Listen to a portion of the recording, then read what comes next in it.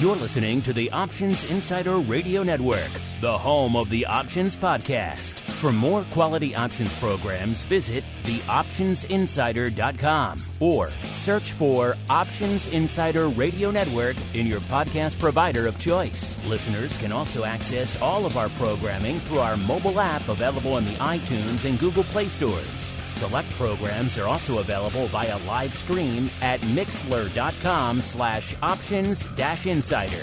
That's mixlr.com/options-insider. Don't forget to follow along with your favorite programs and submit your own questions for the hosts at twitter.com/options, stocktwits.com/options, facebook.com/theoptionsinsider, or via questions at theoptionsinsider.com.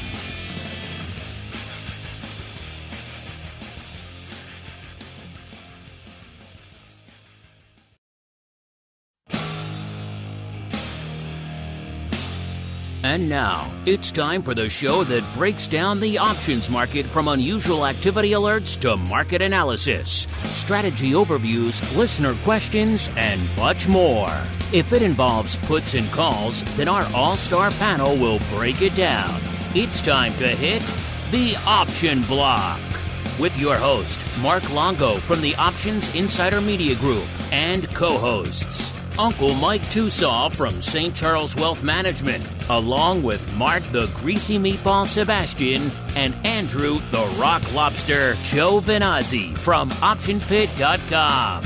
And now, get ready to hit the Option Block. All right, everybody. That music means it is time once again for episode 2 of everyone's favorite bi-weekly Options Spectacular, known far and wide, hither and yon, as the Option Block. My name, of course, Mark Longo from theoptionsinsider.com. Reminding you a couple of things. If you like what you hear, do keep rating and reviewing on your platform of choice or via our stores for our mobile app. There's a lot of different places you could rate this content. So, of course, via the network feed as well, if you are listening to the full network. A lot of different places for you guys to rate and review if you like what you hear. It does help new folks continue to discover this show in these crazy, turbulent markets. Man, what a 24 hours it has been. It was the end of the world yesterday. Today, it's the best of times again. A lot of living going on in the last 24 hours. We'll get to all of it, listeners. And, of course, if you want even more living in your life, you want your broadcast week to extend beyond vol views at the end of the week. You want options oddities snaking in there after vol views. You want some pro Q&As sneaking in there as well. You want to get the access to the pro podcast feed with hundreds of awesome episodes, live access to this, everything else we do throughout the week. And of course, we just gave away a sweet pro trading crate yet again yesterday on Options Bootcamp. You want to get your name in the hat for all the awesome giveaways that everybody's tweeting about and sending pictures about over there on the old Twitters. Then you know where to go. theoptionsinsider.com/pro, or for you cool kids /secret club. And let's see who's joining us past the velvet rope in the secret club today. First off, let's go out to the dark, stormy, turbulent shores of Maine, where we are joined once again by the rockingest of lobsters, Mr. Andrew GIOVINAZZI from OptionPit.com. Mr. G, welcome back to the show, sir. It is good to be here. I'm pleased as punch. Pleased as punch to be here. Quite a difference 24 hours makes, huh? Wow. You just, all you need to do is have that all that inflation worry kind of go away, and you're good. You're good. You all of a sudden the inflation number looks a little smaller, and maybe the Fed's like, hey, maybe this jacking the rates up and making maybe it's helping. Maybe it's helping. Maybe indeed. And joining us to parse this madness on the screen out there today, it's an Uncle Mike type of day, that's for sure. Good thing we got Uncle Mike TOSAW from St. Charles Wealth Management joining us to help us break down all this madness. Uncle Mike, how go things in the hinterlands of St. Charles? So is now a bad time to tell you that I went short yesterday? Oh. That'd be really funny if I did, though. Shorted the market and bought all the Bitcoins. That's what you did. Exactly. Great, beautiful day today in the Chicagoland area. Indeed. And let's break it all down. It is time for the trading block. It's time to break down the latest topics, trades, and trends in the world of options. It's time for the Trading Block. All right, everybody, welcome to the Trading Block, the portion of the show where we break down what the heck is trading out there. And man, like I said, what a 24 hours it has been. This time yesterday, listeners, we were, about almost 200 points lower in the S&P.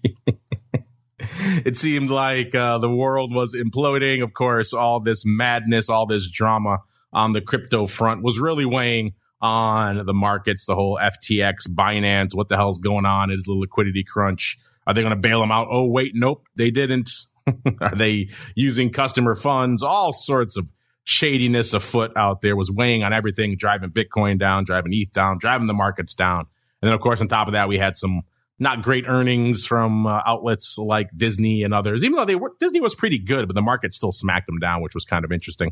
And so all sorts of things were weighing on the market yesterday, and it just seemed like we were heading into another death spiral out there. And lo and behold, today, we get our October CPI data. And of course, inflation has been the bugbear that has haunted the markets for the entirety of this year. And maybe we're seeing a bit of a chink in that armor. I mean, it's only one number, so it's hard to read too much into it. But you know what the market is? The market never said, well, let's just pause for a minute, catch our breath. Nope.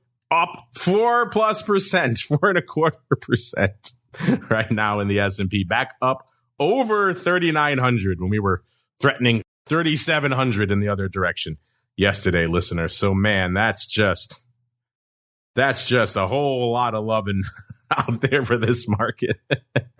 The bulls really want to buy. You know, you just can't keep a good bull down, apparently. They want to open their pockets and their hearts to this market. And they are doing so yet again today. NASDAQ up nearly 6%, listeners.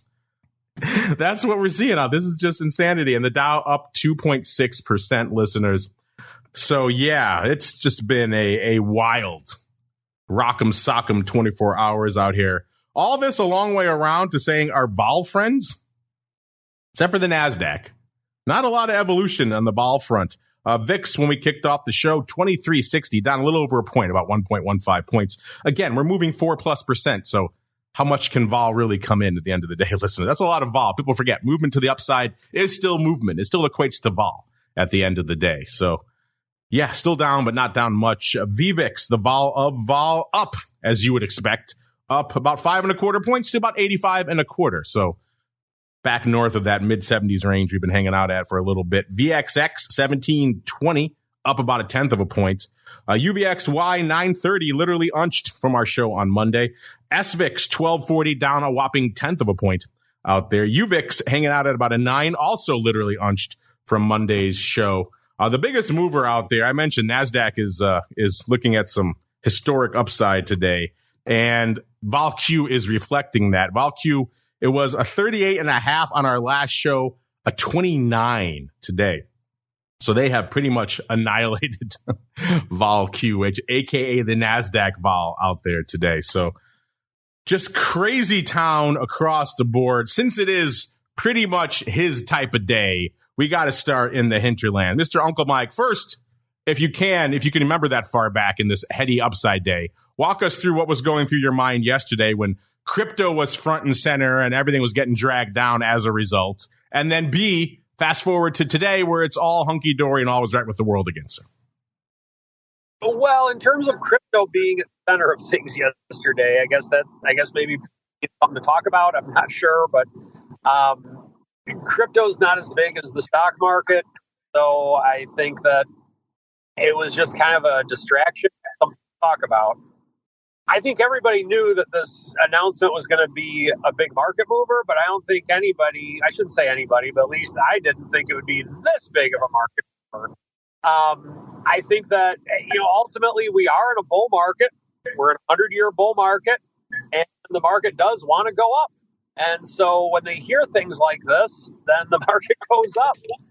It's so desperate to try and find just something to make it go up at this stage that just inflation being not quite as bad as they thought it was going to be is something that's really bullish ultimately. The Fed all of a sudden doesn't want to raise rates as much, and we're all good. That's just where everything is going with it. So I think today it's a concerning day in that, of course, there has to be a little bit of a short squeeze going on. We've been down like we have this year. I can't say that, hey, because of this big day today, everything is fine. Let's buy. I can't say that I'm saying that right now because I'm not. But over the long term, markets do tend to go higher, and markets apparently want to go higher today. I think that with where we are now, we're also in kind of a bizarro world in that because this is all interest rate based, the bonds rallied as well today too. So it's not like there's a risk on, risk off attitude to where we're all of a sudden concerned about some major event and then there's a flight to safety. Everyone's buying bonds. No, it's not the way it is. Bonds rallied today too. This is obviously interest rate driven because of the fact that the Fed has also had some of their members come out and say they're not quite as hawkish as they were before. And so this is just kind of an interest rate day with where it's going right now. And I think the key day is going to be tomorrow to see if people want to take profits and go to the weekend flat, or to see if people are just so concerned that this is like a FOMO type of thing, or the fear of missing out.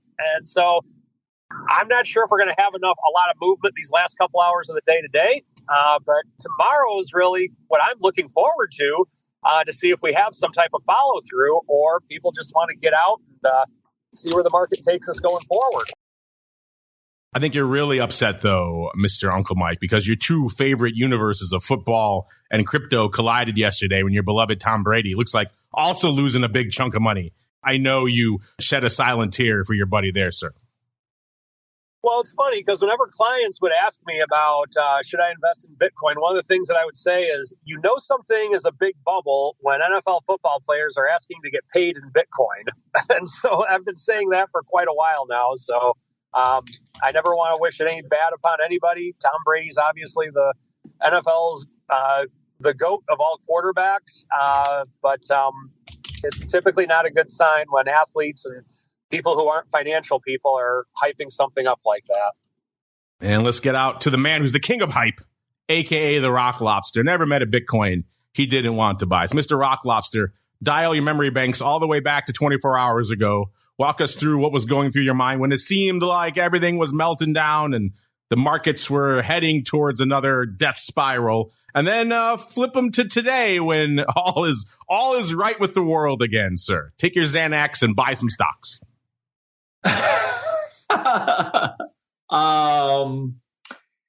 Well, I mean, today's a good day. Obviously everybody that has a retirement account, it's good. I had some nice positions here in our option pit, for my option pit products for people. Mostly trades that have kind of that binary switch. So I was able to, close some things today.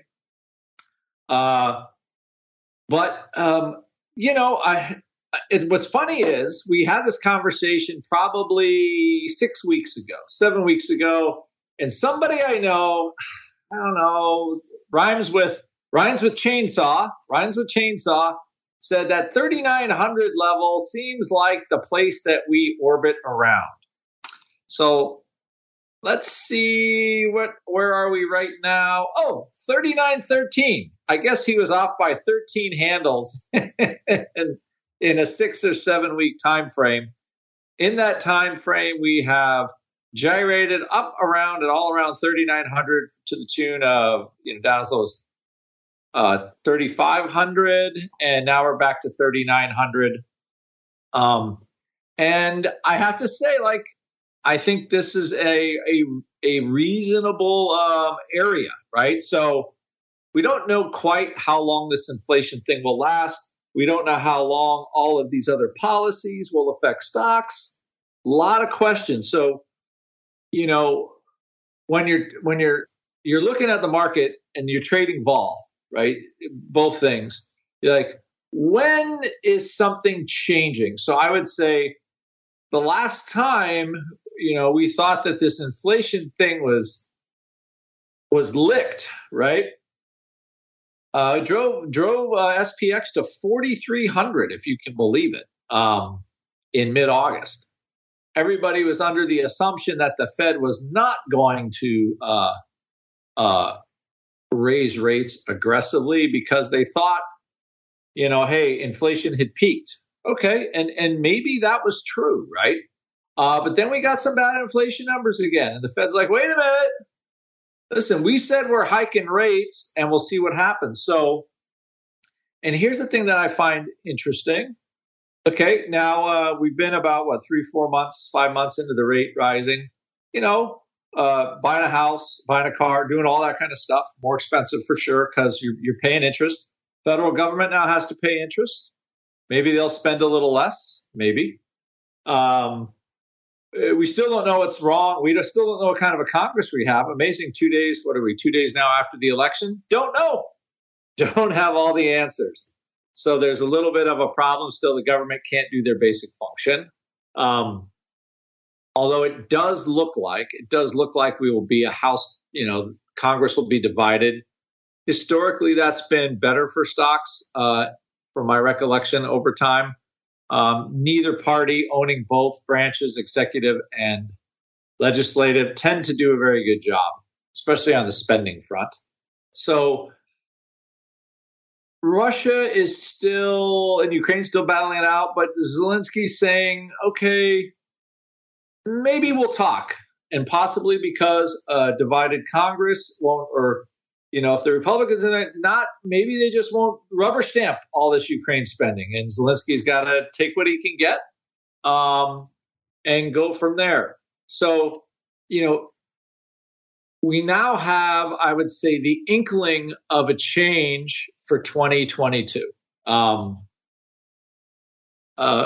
In the fact that some of these things might be getting, I would say, just overall, maybe a little better. Less inflation, better. Okay, it's still pretty high, but it's a little less year over year.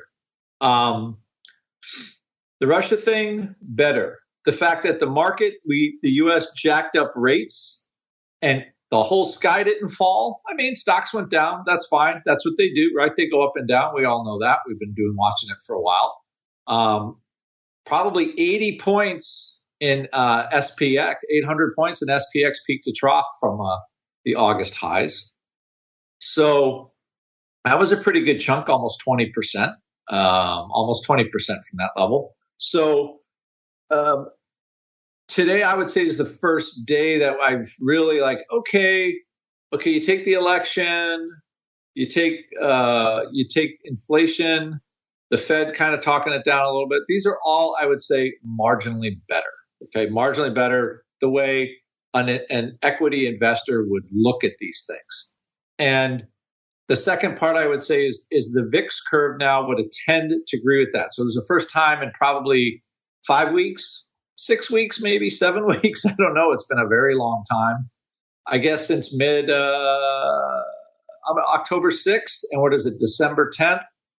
So this is probably the first time in 2 months, which is a pretty good long time, that I have seen that I'm looking at a VIX curve that's has kind of a healthy contango about it. I mean, the front end is lower than the back end, and there's actually real juice in the futures. VIX cash is lower, and generally that signals to me lower vol. We actually have what I would call a more normal forward vol skew in VIX.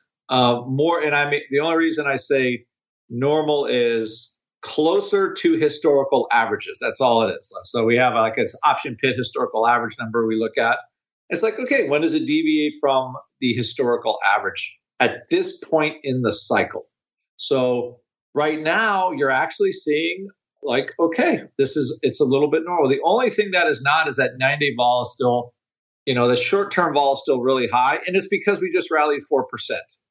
So as you mentioned before, how low can VIX go when you just had a 60% implied move, realized move? So, but this is, I would say, we saw hints of it into this number starting a day or two ago. And I think that FTX collapsing, sadly, I hope, it's bad when anybody loses money. But I wrote an article about it for our internal Option Pit newsletter about, like, I've seen this before. It actually happened right when I first started trading, right when I got hired off from, and this was my first taste of not working for an exchange anymore, but working for a business that made all its living from trading revenue. And that company, our first backer was Drexel Burnham Lambert. Now there's pulling a name out of the, ether, right? In the 80s, they were old the school hottest investment bank there was. And the year before they blew out, they had a record year for profits. Of course, by the time 88, 89 rolled around, that one year, they started taking a bigger chunk of the bonds that they were selling. Like, they couldn't get those, the whole kind of leverage buyout thing was starting to tail. And all of a sudden, they were now taking a bigger chunk of their own paper to try to resell it later. And they got hung with a ton of debt, and they were leverage buying it. Now, I don't know exactly what this SBF guy was doing, but I like to say I've seen it before. It happened before that. It happened before that. It happened before that. I mean, you could play this over and over, especially when you have no third party that's actually reconciling, clearing what's going on. Like, I hear there's might have been commingling of funds and all kinds of bad stuff that FINRA does not like. They don't like any of that stuff, and for good reason. So that is definitely a bad thing, but it's also maybe taken maybe some of the heat out of crypto, and that money might be is like, wow, maybe stocks don't look so bad anymore because, how solid is my crypto exchange without a third party? You could have, the CEOs of these exchanges come on and say, oh, everything's good.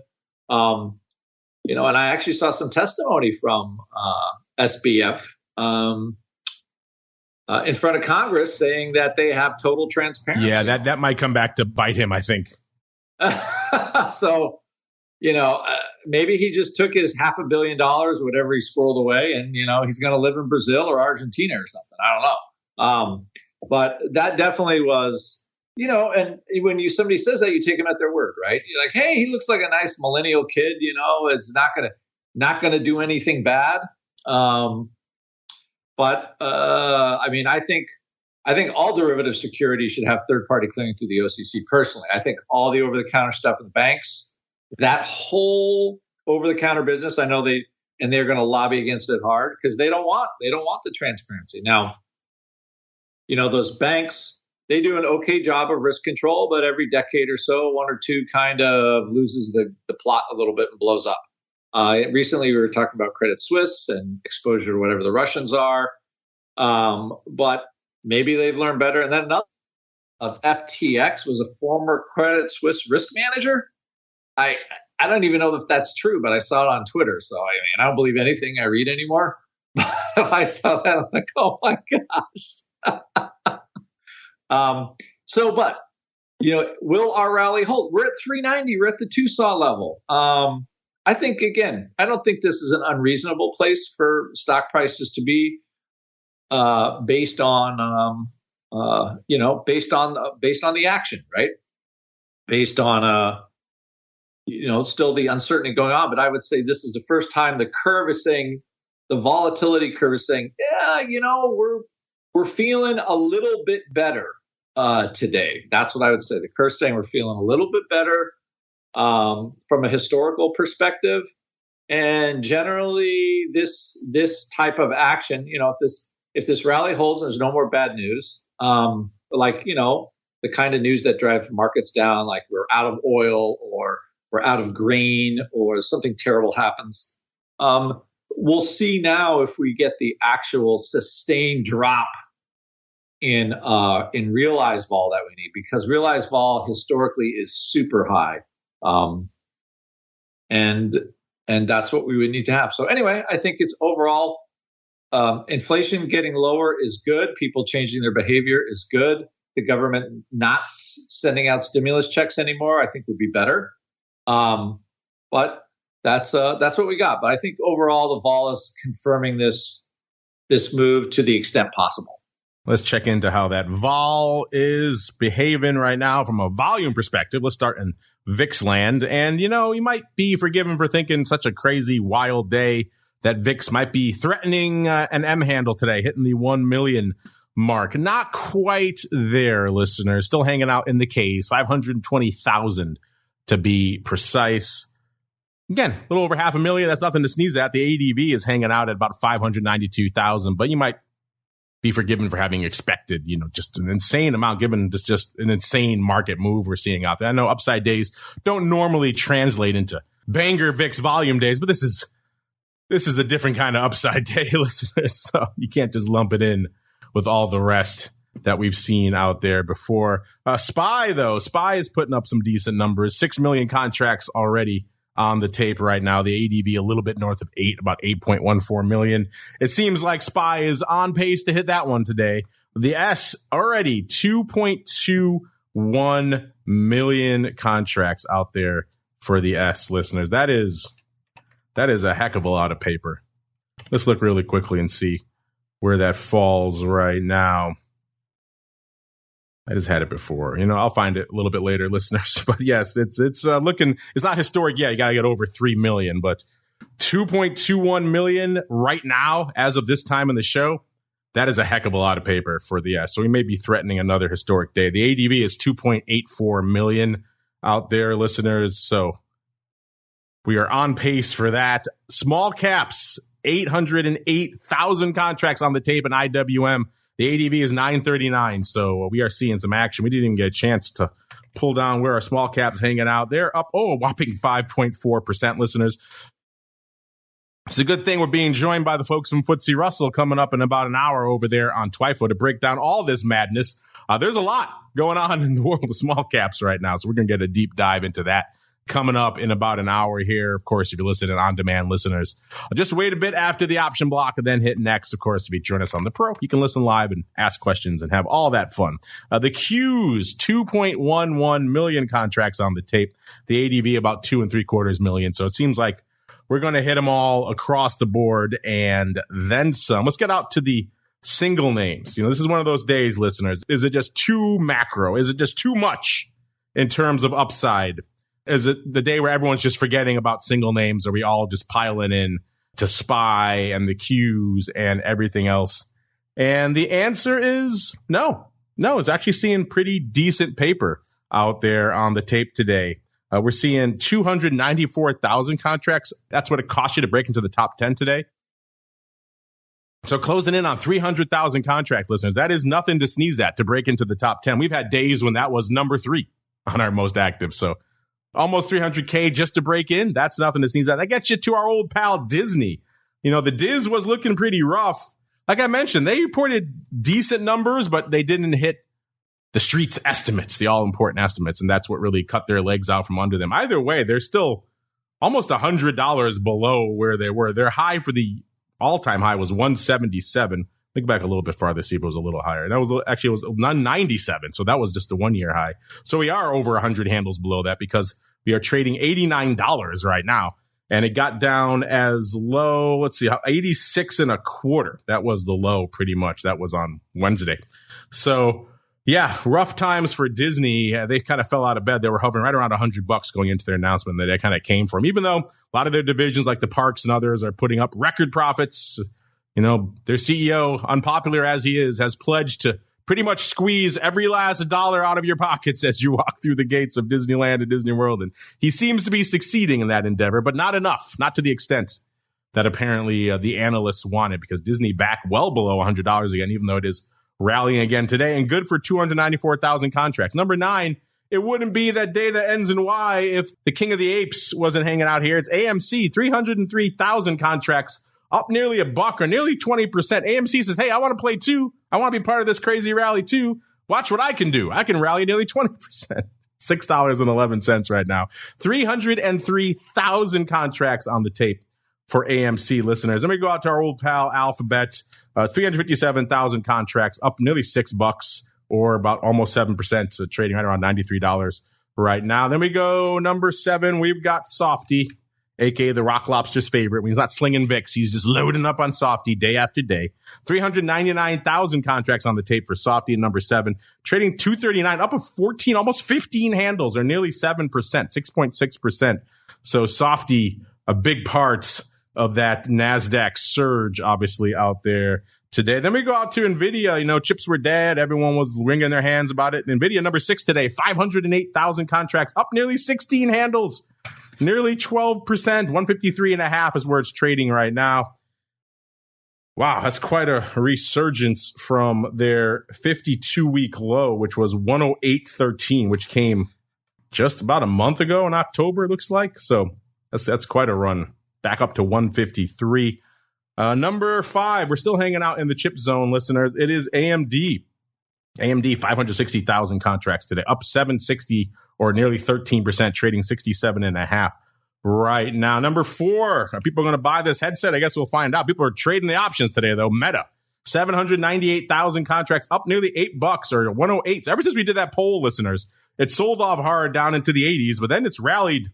It's rallied over $20. It was $88 on the downside, trading 109 and about a quarter right now. So about a $21.25 rally since the nadir right after we did that poll, listener. So folks are liking themselves some Meta today. Number 3, and I've said before, the market doesn't like it when Apple is red. And Apple was threatening. It wasn't quite there, but it was getting down into the low 130s again. And we know that 129 level is pretty much their 52-week low. The market gets spooked whenever Apple gets down there, and it's got to rally it, and it's rallying again today. 870, or about 6.5%, trading 143 and about a half right now. So a far cry from where they were just yesterday, 134 and change. So yeah, quite the run here for the fruit company. Good for 1.25 million contracts. That's only number 3, listeners. Number 2, it's the Amazonians. 2.12 million contracts. They're up nearly $10 today, or 11.2%. Trading right around $96. So they're getting back a lot of the juice that they lost recently as well. And then number 1 out there, it's Tesla, 2.21 million. Tesla up $10.5 or nearly 6%, trading 188, pretty much even right now. Good for 2.21 million. So Tesla really does seem to have a death grip on that number 1 spot out there, listeners. If you want more insight into what's going on in the single names, we have a bunch of it for you. Hot off the presses from our friends over there at ORAT's Earnings Move results, and earnings season. In the height of all this madness today, you may have forgotten that earnings season is still upon us, listeners. Monday, we had Palantir, Lyft, Activision, Blizzard. Tuesday, the old Diz, as well as the King of the Apes and Planet Fitness. Wednesday, we had Roblox and Wendy's and Rivian and Beyond Meat and Bumble. Today, we have Neo and Six Flags. Six Flags before the bell today. They were at $19.14 going into their announcement. They were pricing in 9.7%. They delivered 14.2%. So outperformance in the rally mode for Six Flags. Rivian, they went in at $28, pretty much even. They're pricing in 11.6%. They delivered nearly 17%. So outperformance to the upside there for Rivian. Neo, same deal. Today before the bell, 9.25 is where they were trading going into their announcement. They're pricing in 10.7%. They delivered 15%.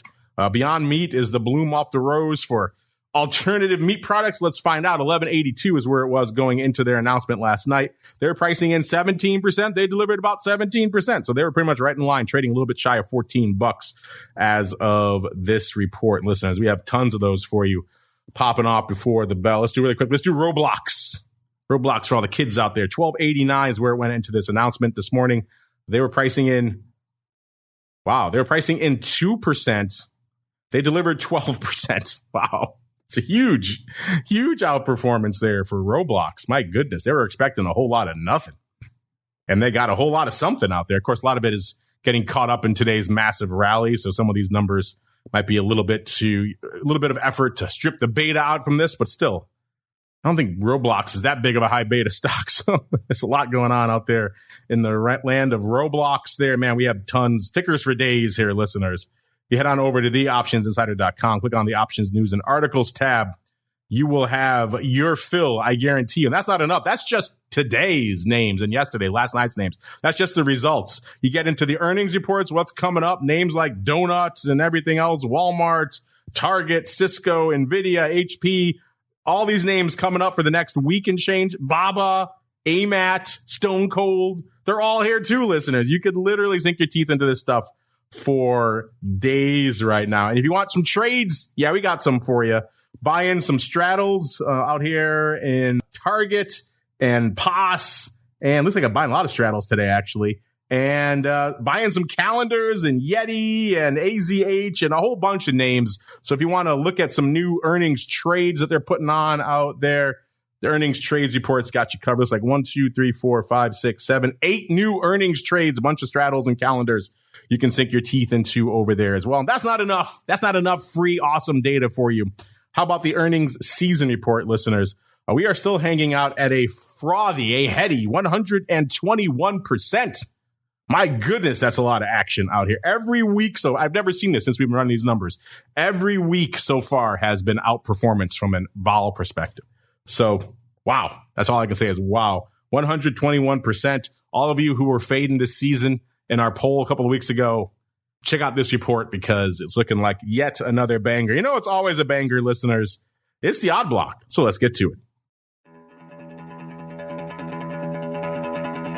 It's time to break down the most interesting, unusual, and downright questionable options activity that's been identified by theoptionsinsider.com. It's time for the Odd Block.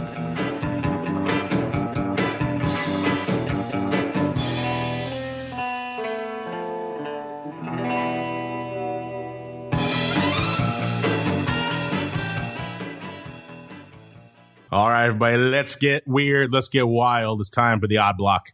And Mr. Rock Lobster, stop me if you've heard this one, but it looks like someone's buying puts in agency. I know your mind's blown, right? Shocking.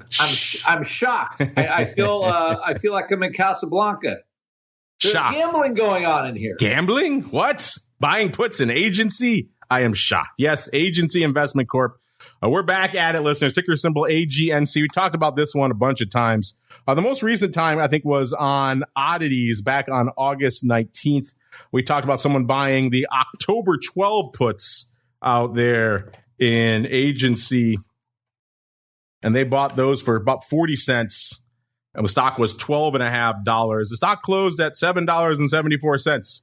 So those look like they worked out pretty well. Now we've got the stock trading $9.32, listeners, and someone coming in this morning and buying the Dees 9 puts, paying 45 cents, lifting the offer 9,000 times. This is a 46.5 vol. So it seems like the downside fear has not abated, even though I should say we have talked a couple of times in the past too about some upside plays going on up here. There's some ratios and some other stuff.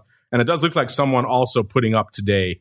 Looks like, if I can go back to there we go. Go back to today's paper. Looks like there is a bit of an upside, maybe roller taking off the March 10-12 vertical. Looks like they're taking it off 10,000 times out there today as well. So it's not all downside then. There's a lot of size upside in agency, but we've been talking about a lot of the puts. People keep buying the puts, and because they keep working out.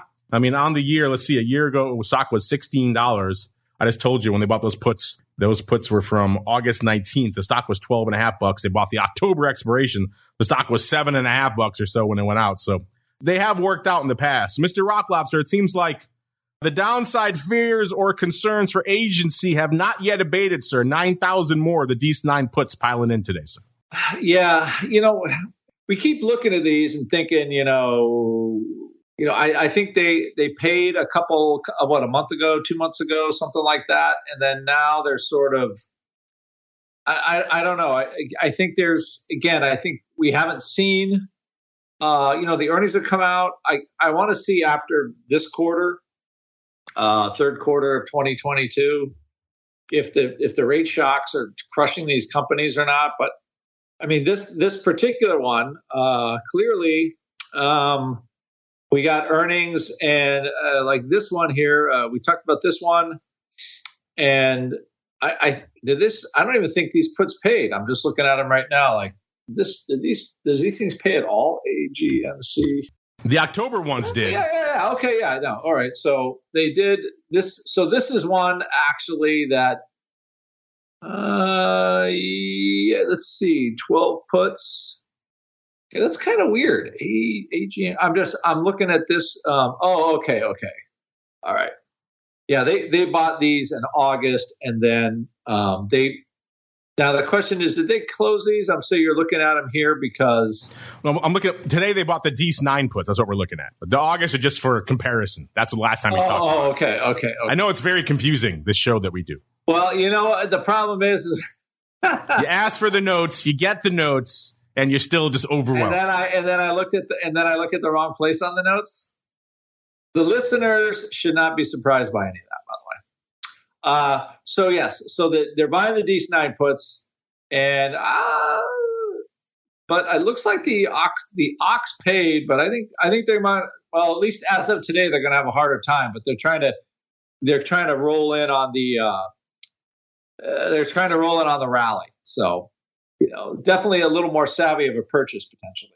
Yes, I should point out the largest open positions in agency right now are not puts, actually. There's 101,000 of the Jan 12 calls and 103,000 of the March 13s. As I recall, there was like a vertical we talked about a while ago. It was in March. It was like there's some Jan has snuck in there as well. I think it was a March 11, 13, something along those lines. That is still open. So we'll pay off some of those obviously down the road. But so it's not all puts all the time, but there are a lot of puts. It seems like we're talking about out here. Speaking of puts, this is the name that's kind of had just quite the saga, listeners.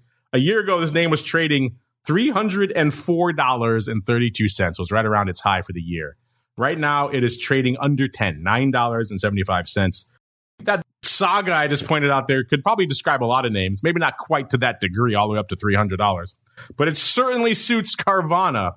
This one, they have just come for it. They've written the death knell, this one, a few times, including it seemed like just this week with the earnings, they got down to $6.50, which is pretty much the low for quite some time out here. I don't know how you have to go far back. You have to go, let's see, back to pretty much, I think it IPO'd at around $11.10. So, you got to go a long way back. Even in March of 2020, it only got down to $29. So, this is pretty much a low. And they've had issues. I know they've been stories about them in here in Illinois getting banned and then getting reapproved and getting banned again. Obviously, they didn't pay off the right people because it is Illinois. But still, it's just been quite the saga with this name. And today, of course, there's a lot of paper going up out there as well. One of the interesting ones that came across our radar, though, is some folks continuing to gobble up some puts. In particular, they are the Nov 10 puts. By the way, Carvana right now trading $9.83, up $2 or 27% today, listener. So getting a little bit of a rebound, getting caught up in all this mad euphoria out there. And let's see, that is a 207 vol, if you are wondering, listeners. The stock was right here. There's no earnings between now and November because they just had earnings, obviously. So they're paying $1.30 for these puts, 3,708 times. Again, these are the 10 puts. So these were worth $3-4 just a day or two ago. So maybe $1.30 seems cheap by comparison. But Mr. Rock Lobster, this is a pretty meaty scoop in Carvana. Maybe fade in this rally a little bit, sir. Today, what do you think? I'm actually. I think I'm looking at the right trade. I think there's paper in this one and Car Guru. Now I don't even know what the difference between the two is. Does Car Guru even sell cars or they price cars? All I know is Carvana has the sweet vending machines. I don't know what Car Guru has. they do. I think Car Guru is like the kind of like a Kelly Blue Book-esque, but not. I'm not quite sure exactly what the deal is. But you look at this and I don't know. I just think the stock is. It's now, as funny as this sounds, Carvana did lease some space up the road for me to deliver cars. Oh, I think you can get a vending machine. I was all excited. You can go get the novelty coin. There's no vending machine, man. It's just a bunch of cars parked on a dirt. I was going to say it's a bit of an out there place for a vending machine, but hey, maybe that's why the stock's tanking. Yeah, I thought so too. It's off of Highway 1. The highway on the eastern seaboard. So it's funny, on the West Coast, there's no life east of Pacific Coast Highway. If you live on Pacific Coast Highway, that's what you say. At least if you're living in Manhattan Beach or the South Bay. And if you live on the East Coast, there's no life west of Highway 1. So That is oceanfront snobbery coming through right there. So the Carvana is actually situated on Highway 1 in Maine. So I would say somebody is basically looking at zero for this stock, which, it could happen, right? I mean, but it was, will it be a going concern? I don't know, but they're taking today's $2 a run and just, and fading the junk out of it. And I agree with Mark on that. There's probably some stocks that are just being scooped up into this. And to be honest, I think Apple's one of them, where, everybody's having a temporary reprieve. But this one, somebody's buying some puts and they're just looking for it to go, right back to $8 again, basically, which is probably where it belongs.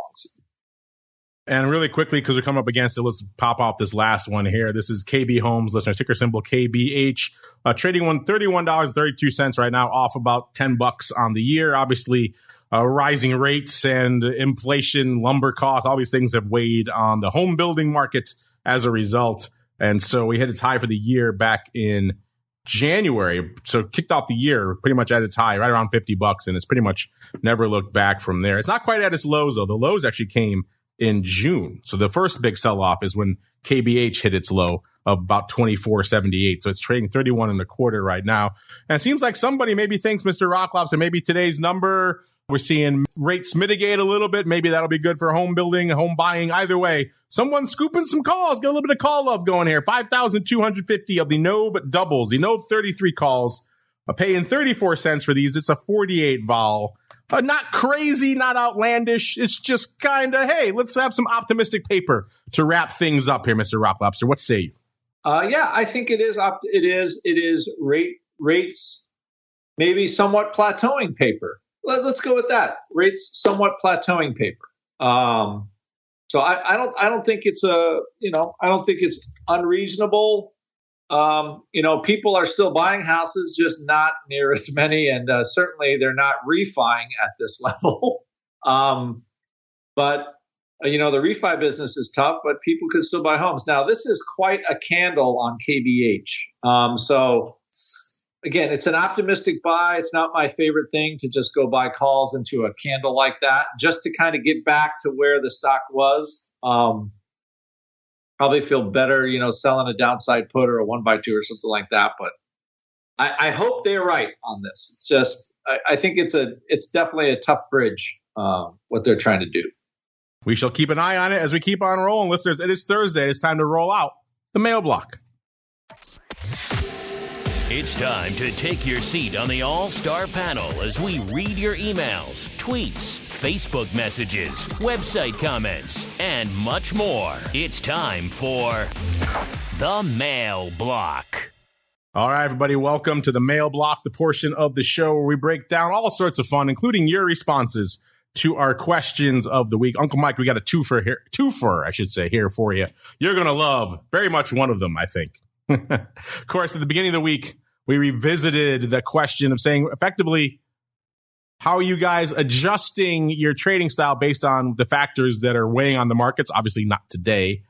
So we gave you 4 choices: reducing your equity holdings, buying crypto, bargain hunting /BTFDing, or you're hedging your positions. Back in March, 56% of you chose bargain hunting. Is that still the case? We should find out. And then we added an extra flash poll after our crypto show on Monday and all the madness on Tuesday, just for Uncle Mike's fun. It's expiring in about an hour, listeners, so get out there if you haven't done so already. And that flash poll is: the crypto markets are suffering from the fallout of the FTX Binance drama. Is this a buying opportunity or the start of another downturn? Gave you 4 choices. You're buying Bitcoin here, you're buying ETH here, you're buying Solana here, or you're out.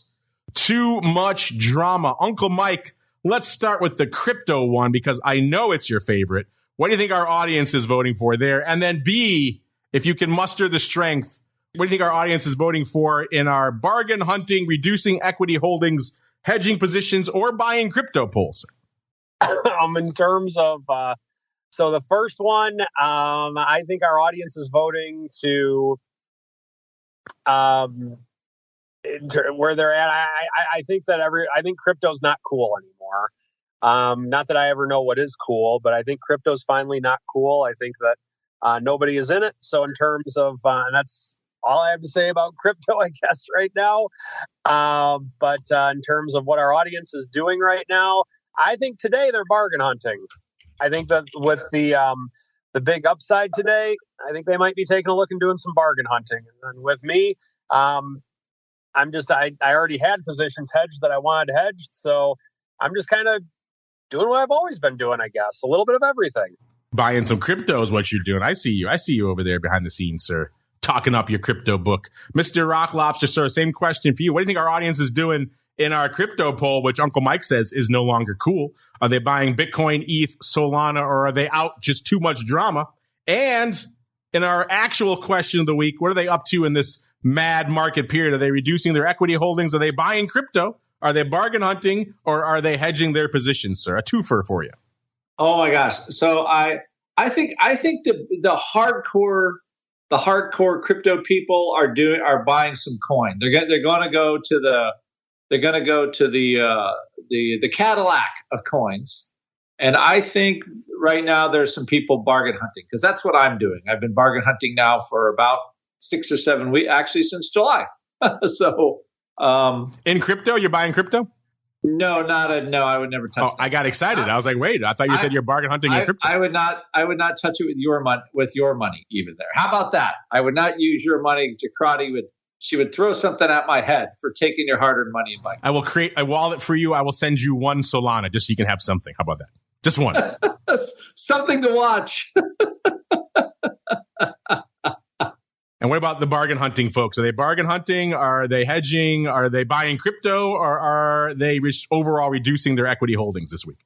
No, I think actually I'm gonna give our listeners the benefit and say, hey, they're bargain hunting. They're like, okay, they're going for it. They're going for it.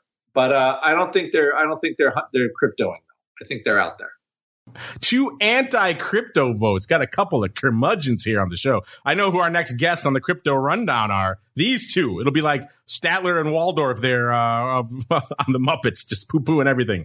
They're grumpy old men in the balcony. Let's go here to our crypto flash poll. That is going away in about an hour, listeners. So if you're listening on the podcast, alas, you have missed your chance. At Options is the place to be throughout the week to make your voice heard there. And looks like a lot of our listeners are in the same camp as the grumpy old men here. They're out too much drama.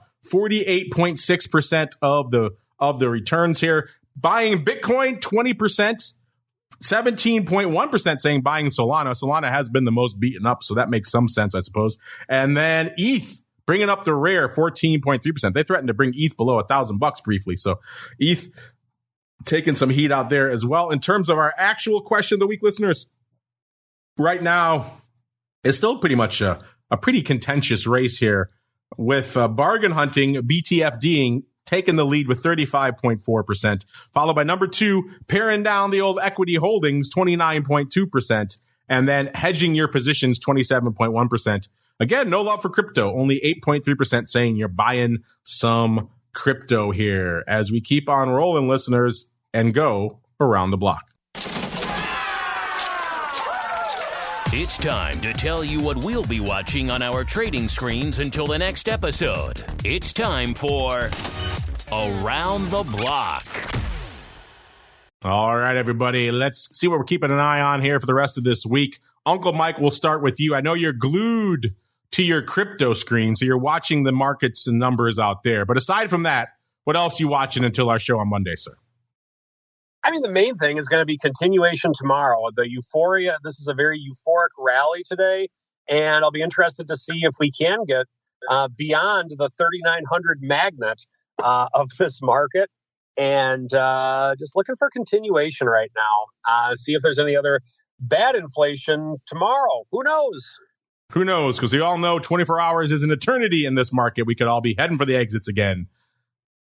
The CEO of Dr. Pepper resigned. That's going to take the market down. If anything ever could. Dr. Pepper guy stepping down. That's going to do it. Mr. Rock Lobster. Same question for you, sir. Aside from weeping over the loss of the Dr. Pepper CEO, aside from that, what are you keeping an eye on until our Monday episode, sir? I'm in the TOSAW camp. I think anything we hold this 3,900. If we hold the Uncle Mike TOSAW line in the sand. wow, can we approach the 4,000 level? I mean, anywhere between in those areas, I think that would signal like there's some health there. So that's what I'm looking. If we keep there, I think most of the earnings are kind of over. And hey, let's get an election result. How about that? Let's have these states count up those ballots and let's get it all on the tape and get it all over with. So it's only a couple days after the election, but I think even the Italians can do an election in less than 24 hours.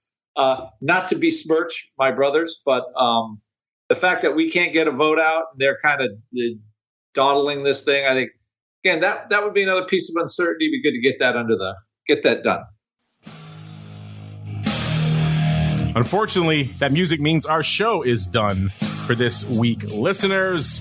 But don't worry, if you need more in your ear holes, we'll be back in a little bit with Twifo, talking all things futures options, talking a lot of equities today, obviously. And we got the good people to do it with the folks coming on from FTSE Russell to break down all the madness, the volatility, the correlations, this insanity, event contracts. You guys are into those going on in the Russell 2000 and a whole bunch more. Stay tuned for Twifo coming up. If you're listening live, of course, you can get that in your ear holes immediately. If you're listening on demand, just wait for a bit. It'll hit the network later on today. And then, of course, if you want to join the live fund, theoptionsinsider.com/pro is the place to go. Mr. Uncle Mike, where should they go if they want to join all of the Uncle Mike fun, sir?